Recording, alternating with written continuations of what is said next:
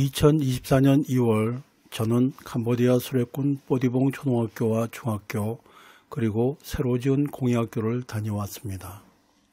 그 다녀온 결과를 하나씩 소상하게 보고를 드립니다. 지난 2월 설날 연휴를 이용하여 약 2주간의 체류 일정으로 캄보디아로 향했습니다. 인천공항에서 프놈펜까지는 5시간 30분을 날아가야 합니다. 그동안 대부분의 한국 사람들은 앙코르 유적이 있는 시엠립으로 직접 날아갈 수 있었지만 이제는 시엠립으로 가려고 해도 대부분의 직항편이 없어져서 부득이 프놈펜으로 돌아가야 합니다. 캄보디아는 대평원의 나라입니다. 가도 평원인 나라, 산이 하나도 없는 나라. 중국 칭하이 성에서 발원하여 미얀마와 태국을 거쳐 라오스를 지나 장고히 흘러오는 메콩강이 지나가고 동남아시아 최대의 수량을 자랑하는 톤레삽 호수의 풍부한 물 역시 대륙의 남북을 관통하는 그야말로 물과 들의 나라입니다. 캄보디아의 인구는 현재 약 1700만 명에 달하며 국토의 면적은 한반도의 3분의 2, 남한의 1.8배의 크기를 갖고 있습니다. 캄보디아의 수도 프놈펜도 이제는 예전과 달라도 정말 많이 달라졌습니다. 사람들은 모여들어 인구 밀도도 높아가고 교통체증도 날로 심각해지고 있습니다. 프놈펜의 밤거리는 무척 밝아졌지만 오토바이가 내뿜는 매연으로 열대의 공기는 숨쉬기가 만만치 않습니다. 프놈펜 국제공항은 환영과 환송의 인파로 날마다 북새통입니다. 우리도 그 옛날에 가족이나 친지들을 외국으로 떠나보내고 맞이하느라 북적였던 한국의 김포공항의 모습이 떠오릅니다. 프놈펜 국제공항에 노란 유니폼을 입고 제 짐을 밀고 가는 젊은이는 수레군 장학생 출신의 꽃들이입니다. 그는 영문학과를 졸업하여 지난달에 국제공항에 취직을 했다고 하는군요. 공항 짐 차는 곳에서 나를 기다렸다가 이렇게 반갑게 맞이해주니 프놈펜이 매우 정겨워집니다. 공항에서 곧바로 메콩강과 샵강이 만나는 곳에 자리 잡은 아만자역 호텔을 숙소로 잡았습니다. 이 호텔은 매우 넓고 쾌적해서 회의하기도 좋고 교통도 매우 편리한 곳입니다. 조식이 포함되지 않으면 호텔비도 아주 저렴하여 좋습니다. 지도 선생님인 사맛 선생님을 비롯하여 수레군 장학생 출신의 졸업생들과 초기부터 학교를 짓고 우물을 파는 일을 했던 송나오까지 모두 모여서 장장 5시간에 걸친 긴 회의를 했습니다. 그런데 큰 문제가 생겼습니다. 우리는 공예학교의 봉제반 학생들에게 봉제 기술을 가르쳐 주기로 했던 수지타를 한국으로 유학시킨 다음에 그에게 신입 봉제반 학생 5명을 프놈펜으로 6개월간 유학시키려고 계획을 세웠었습니다. 그런데 수지타 자신의 생활 문제와 가족 문제가 복잡해서 한국으로 유학 오는 것을 그만 포기하고 만 것입니다. 저는 여러 가지 지원 방법을 제시하고 새로운 방향을 찾느라 회의를 거듭했지만 마땅한 방법을 찾지 못했습니다. 그런데 송나오가 한 가지 방법을 제안합니다. 프놈펜에 따프롬 실크 워크숍이라는 곳이 있다는 겁니다. 그곳에서 가난한 학생들과 장애인들에게 봉제 기술을 가르쳐주고 우수한 제품을 생산하여 그것을 일본으로 수출하는 사회적 기업이라고 하는 것입니다.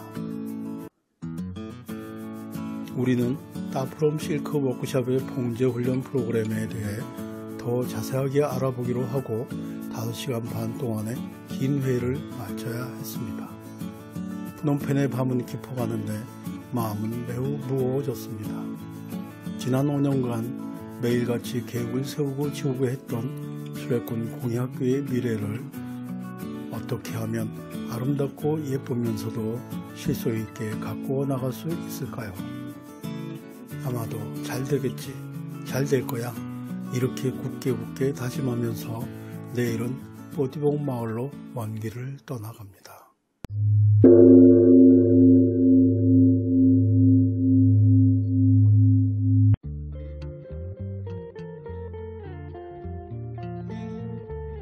푸놈펜의 아침은 매우 분주합니다.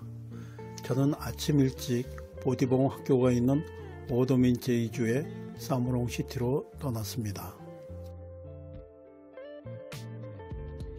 푸놈펜에서 사무롱까지는 약 500km, 그곳에서 학교 마을까지는 약 20km를 더 들어가야 하니까 거의 부산에서 평양까지의 거리와 비슷합니다.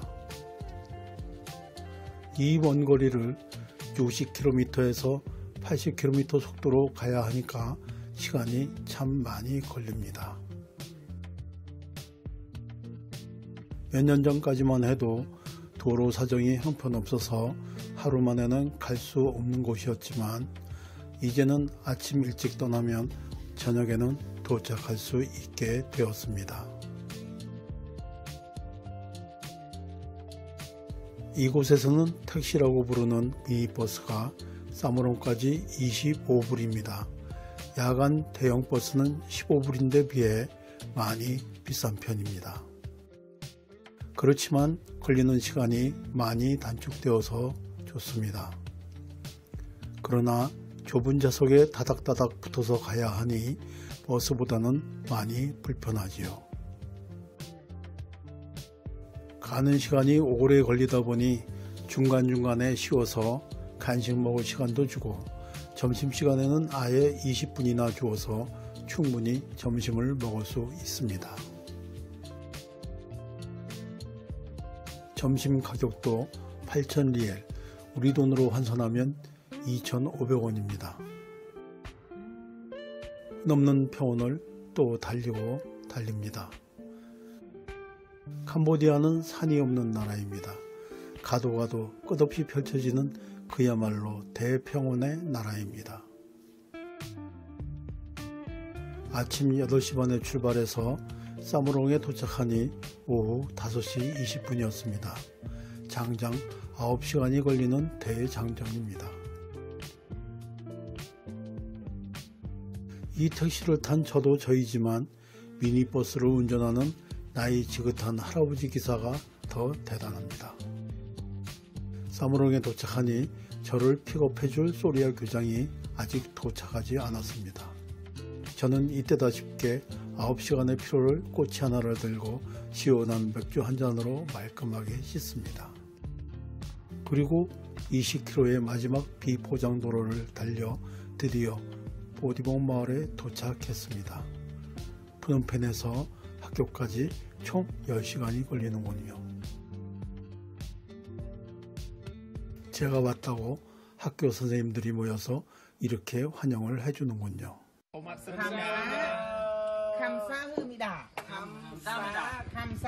감사합니다. 감사합니다.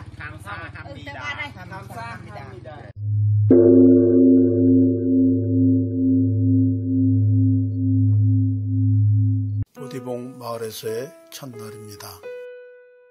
캄보디아 최북단에 위치한 뽀디봉 마을의 아침이 밝아옵니다. 2010년 그 어려웠던 시절에 뽀디봉 초등학교의 평교사로 부임해온 소리아 선생은 이제는 초등학교 교장입니다. 그와 그의 부인은 아침 4시부터 분주합니다. 학생들이 등교하기 전에 100명분의 아침을 만들어서 준비해야 하기 때문입니다. 많은 학생들이 집에서 아침을 먹고 오지 않아서 이렇게 아침밥을 매일같이 준비해 두어야 합니다. 교사들도 아침을 학교에서 드시는 분이 많네요. 학생들이 자전거와 오토바이를 타고 줄지어 등교를 시작합니다. 수레꾼 중학교 교문 맞은편에도 매점이 하나 생겼습니다. 이 매점은 작년에 생겼는데 올해부터 아침 도시락을 준비해 팔고 있군요. 도시락 하나에 500리엘이라고 하니 우리 돈으로 환산하면 300원 꼴입니다. 아주 싸지요. 저도 학교에서 선생님들과 같이 때로는 학생들과 함께 앉아서 매일같이 아침 도시락을 먹었습니다.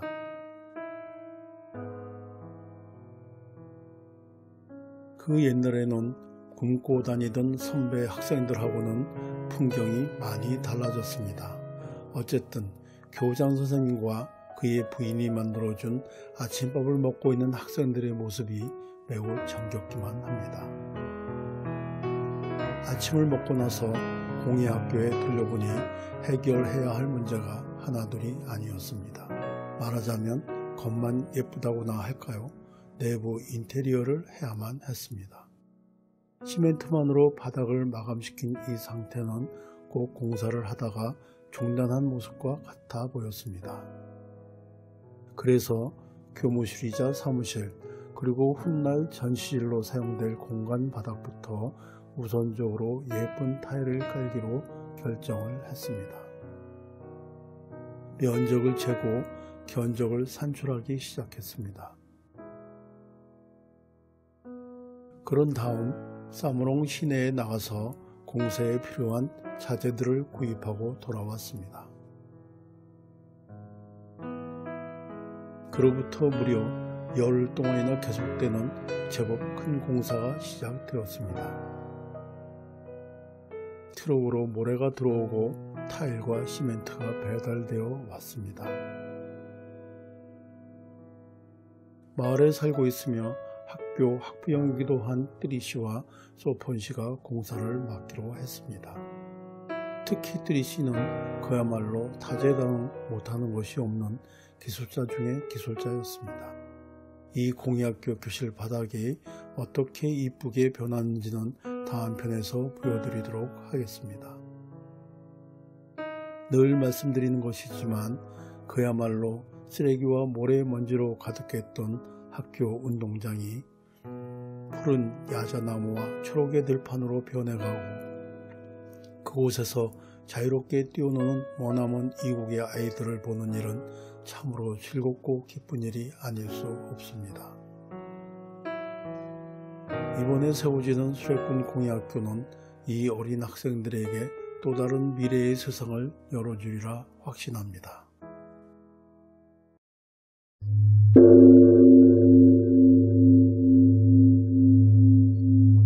수레꾼 공예학교의 교실 바닥 공사를 시작했습니다. 건물을 짓고 나서 해야 할 일은 내부 인테리어 공사입니다. 내부 인테리어를 하는데도 만만치 않은 돈이 들어가네요. 캄보디아에서는 대부분 바닥을 타일로 합니다. 열대의 나라라서 그런가 봅니다. 타일 무늬를 원목 스타일로 선택을 했습니다. 이 교실은 교무실로 사용하고 훗날에는 전시실로 사용할 계획입니다. 이어서 복도도 타일을 깔기 시작했어요. 하루 종일 뜨거운 태양이 내리쬐는데도요. 이분들은 일을 참 잘하네요. 저는 맥을 못 추는데도요. 마을 분들이자 학부모이기도 한 네 분의 사람들이 이 일을 돕고 있습니다. 교실 바닥도 복도 바닥도 완성이 되어 갑니다.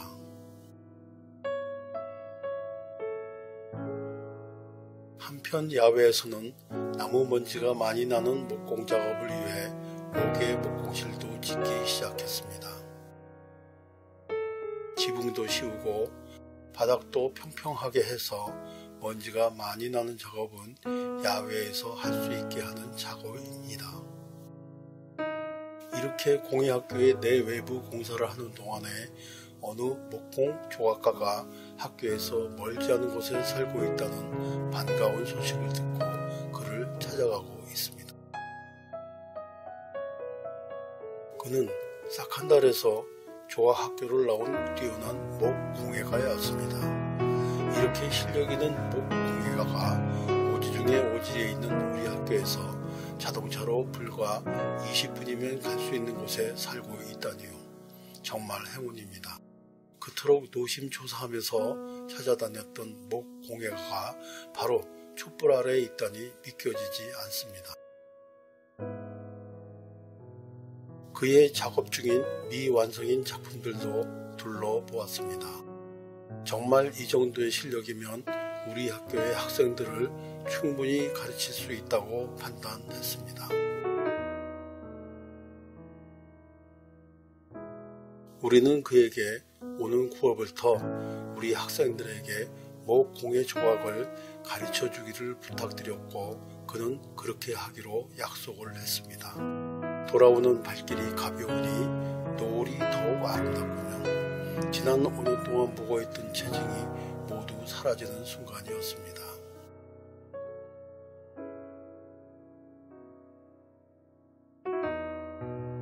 물청소로 바닥을 깨끗하게 하고 칠판까지 달고 나니 정말 멋진 교실이 만들어졌습니다.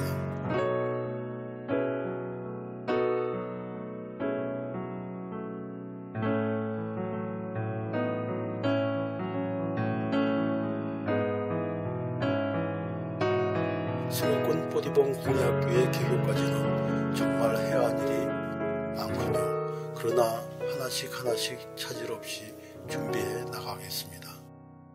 운명은 퇴치되어야 한다는 아주 단순한 목표로 시작된 수료권의 교육 지원 사업이 마을과 학교의 식수 문제를 해결했고 그 다음으로 수료권 보디봉 중학교로 이어졌으며 이제는 수료권 보디봉 공예학교로 더 높은 수준의 기술교육이 시작되고 있습니다.